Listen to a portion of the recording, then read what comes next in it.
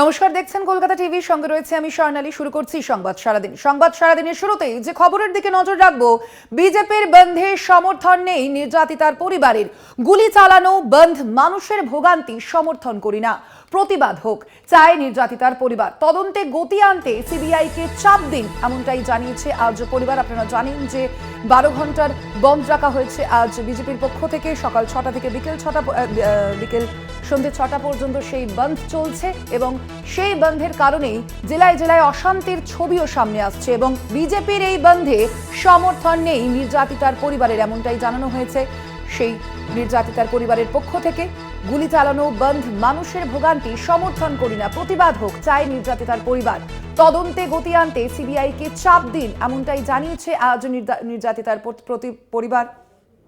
আপনারা জানেন গত 9 অগস্ট আরজিকরের সেমিনার হল থেকে এক মহিলা চিকিৎসকের মৃতদেহ পাওয়া যায়।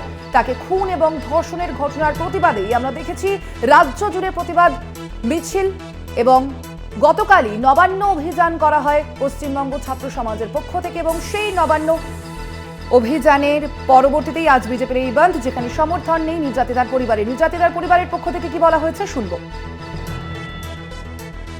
বন্ধের পক্ষে বিপক্ষে কোনো কথা আমরা বলবো, বন্ধ আমরা সমর্থন করিও নি, আবার ব্যর্থ হোক তাও চাই, এটাই বলতে পারি।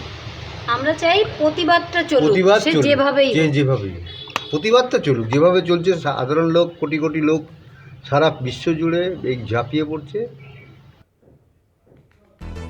কথা বলবো, ফোন লাইনে রয়েছেন প্রতিনিধি জয়ন্ত মজুমদার। জয়ন্ত, একেবারেই আমরা যেমনটা শুনলাম যে বিজেপির বন্ধে কিন্তু এবার সমর্থন নেই নির্যাতিতার পরিবারের, আরো কি দাবি করলেন তারা? দেখো, প্রথমত এই দাবিটা তারা তো রেখেছেন এবং তারা বলেছেন যে অশান্তির বাতাবরণ যেন দিকে দিকে না তৈরি হয়। অর্থাৎ তারা বলতে চাইছেন যে সিস্টেমের উপর মানুষ চাপ রেখেছে, জাস্টিস ফর আরজিকর, যে মানুষের কণ্ঠে যে প্রতিবাদী সুর ধরা পড়ছে সেটা যেন সেই প্রতিবাদ যেন বজায় থাকে। এবং তার পাশাপাশি কিন্তু তারা এমনটাও বলেছেন যে অভিষেক বন্দ্যোপাধ্যায় আজকে যে কথাটি বলতে শোনা গেল, অভিষেক বন্দ্যোপাধ্যায়কে তারা বলছে এতদিন হয়ে গেল সিবিআইয়ের ভূমিকা নিয়ে অভিষেক বন্দ্যোপাধ্যায় কিন্তু একটা প্রশ্ন করেছেন এবং সেই বিষয়ে কিন্তু নির্যাতিতার পরিবারের তরফ থেকে বলা হয়েছে যে তিনি যেটা বলেছেন তিনি সেটা সঠিকই বলেছেন। আমাদেরও ঠিক একই প্রশ্ন যে সিবিআই একটা উচ্চ মানের তদন্ত করুক এবং এই তাদের একটা সুনাম রয়েছে, এই সুনামের সহিত তাদের যেন সুনামটা কখনো দুর্নামে পরিণতি না পায় এবং তাদের তদন্তের উপর আমরা এই কারণেই ভরসা রেখেছি এবং সিবিআইয়ের উপর ক্রমাগত চাপ সৃষ্টি করা দরকার এবং সিবিআই তদন্তের একটা সঠিক বিহিত করুক, এটাই কিন্তু আমরা চাই। কিন্তু আমরা চাই না কোনো কারণে যে অশান্তির বাতাবরণ হোক, গুলি চলুক, এই যে পরিস্থিতি তৈরি হোক, উত্তপ্ত হোক পরিস্থিতি বন্ধ, কারণ সাধারণ মানুষের ক্ষতি করে এই ধরনের বন্ধ, মিছিল, আন্দোলন এটা করা উচিত নয়, এমনটাই কিন্তু দাবি করছেন নির্যাতিতার পরিবারের লোকজনেরা।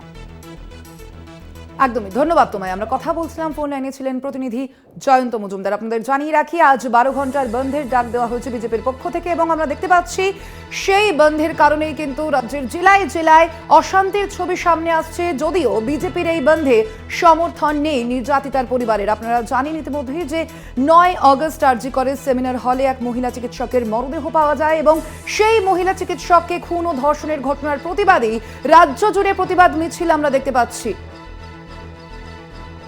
আমরা কথা বলবো, ফোন লাইনে আমরা যোগাযোগ করতে পেরেছি তৃণমূল মুখপাত্র অরূপ চক্রবর্তীর সঙ্গে। অরূপবাবু, আপনাকে স্বাগত জানাই কলকাতা টিভিতে। অরূপবাবু, এবার নির্যাতিতার পরিবার যেমনটা জানাচ্ছে যে বিজেপির বন্ধে তাদের কিন্তু কোনো সমর্থন নেই, গুলি চালানো বন্ধ মানুষের ভোগান্তি সমর্থন করেন না তারা। তার পাশাপাশি তারা বলেছেন যে তদন্তে গতি আনতে সিবিআইকে চাপ দিন। কিভাবে দেখছেন তাদের এই মন্তব্যকে?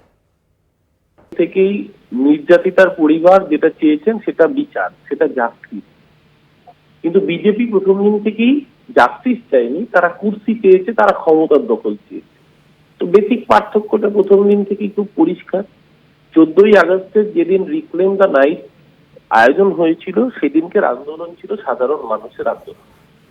সেই আন্দোলনে সাধারণ ঘরের মেয়েরা, মায়েরা, বোনেরা তারা স্বতঃস্ফূর্তভাবে রাস্তায় নেমেছিলেন একটাই দাবিতে, যে নৃশংসভাবে অত্যাচার করা হয়েছে আমাদের ঘরের বোনের সাথে, সেই নারকীয় ধর্ষণ এবং হত্যার বিরুদ্ধে যেন প্রকৃত দোষী যে বা যারাই হোক তারা শাস্তি পায়, সেই দাবিকে সামনে রেখে সাধারণ মানুষের সেই স্বতঃস্ফূর্ত আন্দোলনে যোগদান এই রাম আর বাম ভেবে বসলো এটা তাদের পার্টি পৈতৃক সম্পত্তি।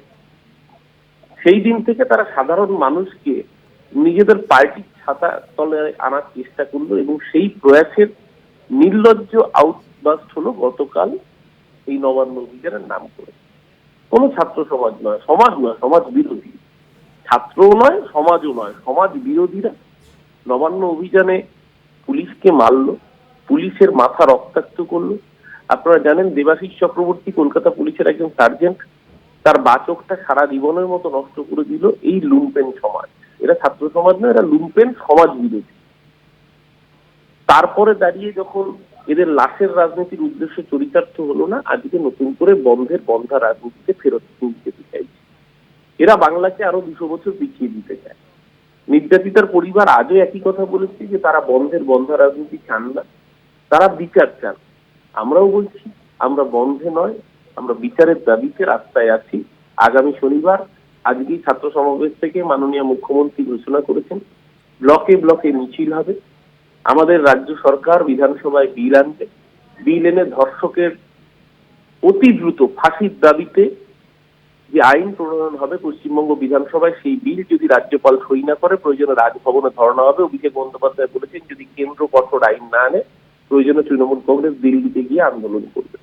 একটা জায়গায় সবাইকে আসতে হবে যে আমরা অত্যাচারীর অপরাধীর চূড়ান্ত শাস্তি চাই, নির্যাতিতার পরিবারের বিচার চাই।